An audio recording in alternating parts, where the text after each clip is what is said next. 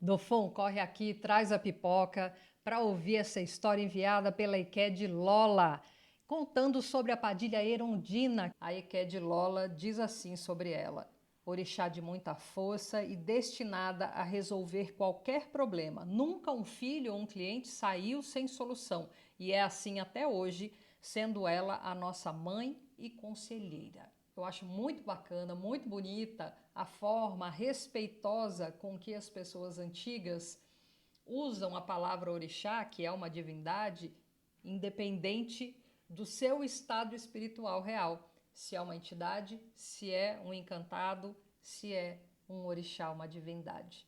A Iked Lola foi a primeira Iked de Iemanjá e é também a primeira filha do Tocolê, a roça de Pai Fernando. Isso já tem 30 anos e assim continua até hoje sendo o braço direito dele. Ele que sempre teve uma mediunidade muito ostensiva, Pai Fernando, tem um boiadeiro que o pega desde os 3 anos de idade. E ele era conhecido em Belém como Miguelzinho Bojiboá de Açucena, filho de Légua Boji, nascido em Codó, no Maranhão.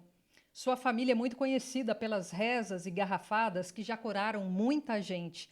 Mas o aprofundamento espiritual dele se deu num terreiro de Minanagô, lá em Belém, e era gerido por Bebé de Pretamina, que foi muito importante nessa jornada, que o ajudou a orientar e a aprender e a cuidar, zelar dos seus guias. Quanto à nossa protagonista, Dona Erundina, ela tem uma história muito forte de vida e de pós-vida, como ela diz. Estou mais viva do que nunca. Ela nasceu no Maranhão, num povoado bem pobre, e aos 8 anos de idade ela foi abusada por um tio. O pai, quando soube, ao invés de apoiar a filha, achou que ela já estava perdida, pegou essa criança vitimizada e levou até o bordel de Maria Calçola, onde ela trabalhou primeiro como empregada e depois começou a alugar o seu corpo para os prazeres masculinos. Tanto tempo se passou e pouca coisa mudou, não é mesmo, Erundina? Ela não acreditava no amor,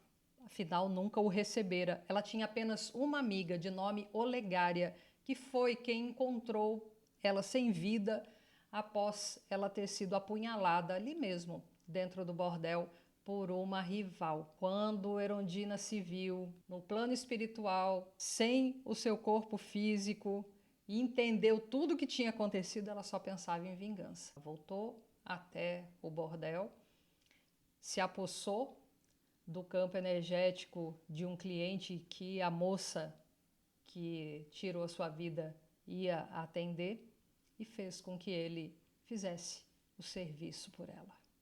E após a sua vingança, Dona Erundina foi cooptada pelo plano espiritual, retornando ao Aie, ao que ela imagina aí uns 100, 200 anos depois, comparativamente, e ela começou a perceber que ela precisava dar sentido a essa nova vida dela no pós-vida. Foi aí que ela se encontrou e se encantou pelo jovem Fernando, de 15 anos, percebeu que havia um bom coração, percebeu que era uma boa pessoa e quando acompanhava ele lá no terreiro de Minanagô, ela começou a aprender, inclusive como incorporar. E ela passou a incorporar em Pai Fernando. Dona Bebé, quando ficou sabendo disso, meu amor, deu um show, porque ela não aceitava que um espírito feminino estivesse pegando o ori de um menino e fez um feitiço para que Erundina não conseguisse mais incorporar em Fernando. Os anos foram se passando e Dona Erundina via que aquele jovem não estava feliz. Casado, com uma filha, trabalhando CLT e entrando numa depressão. Aí ela começou a radiá-lo, fez com que ele fosse até a rodoviária e entrasse no primeiro ônibus que estava saindo, que era aqui para Salvador. E foi assim que Pai Fernando chegou na Bahia, muito jovem, sem saber o que estava fazendo ali, sem entender direito o que ele tinha vindo fazer aqui em Salvador. E um determinado dia, depois de muita labuta, depois de muito trabalhar uma semana inteira, ele foi para um boteco E chegando lá, Dona Erundina, após ele beber um pouco, conseguiu romper com aquilo que havia sido de impedimento, o tomou, bebeu a noite inteira, conversou com muita gente. Quando ele acordou sem dinheiro, sem saber como que ele ia pagar aquela dívida toda, aí o dono do bar não quis cobrar dele pela consulta dela e ainda arranjou um monte de cliente.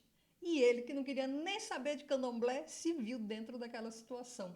E Dona Erundina procurando quem é que iria iniciar o pai Fernando. E até que ela encontrou alguém que a respeitasse, alguém que tinha fundamento, que tinha conhecimento suficiente. E em 1992 ele se entregou a Iemanjá no candomblé da Bahia. E aos poucos foi amadurecendo e se tornou um sacerdote devotado ao sagrado, muito íntegro e discreto. O pessoal da casa tem inúmeras experiências incríveis para contar, seja com Dona Erundina ou com qualquer um dos ventos que passa pelo ori dele.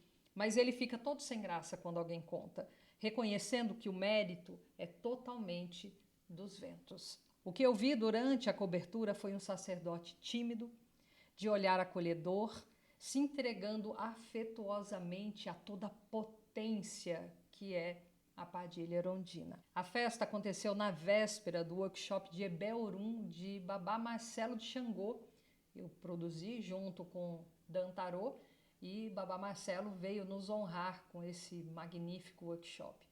Ele quis ir junto comigo, a gente ficou até de madrugada lá. E nós tivemos a honra de ouvir da própria Erundina um pouco da sua história.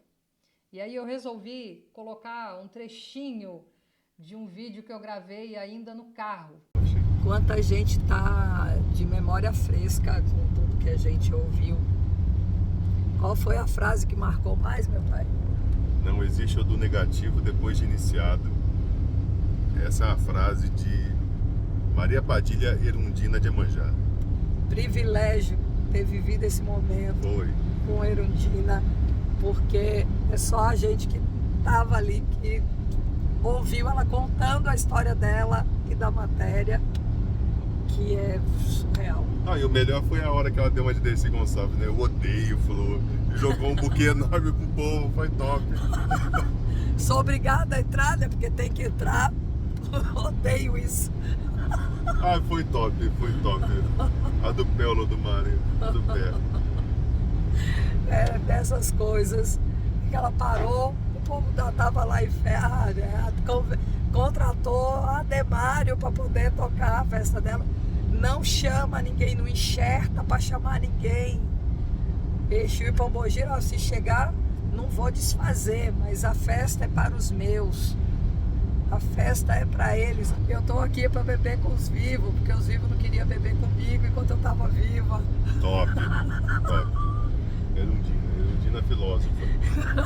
Erundina filósofa soteropolitana. Não, ela é de São Luís do Maranhão, num puteiro da Rua da Poeira.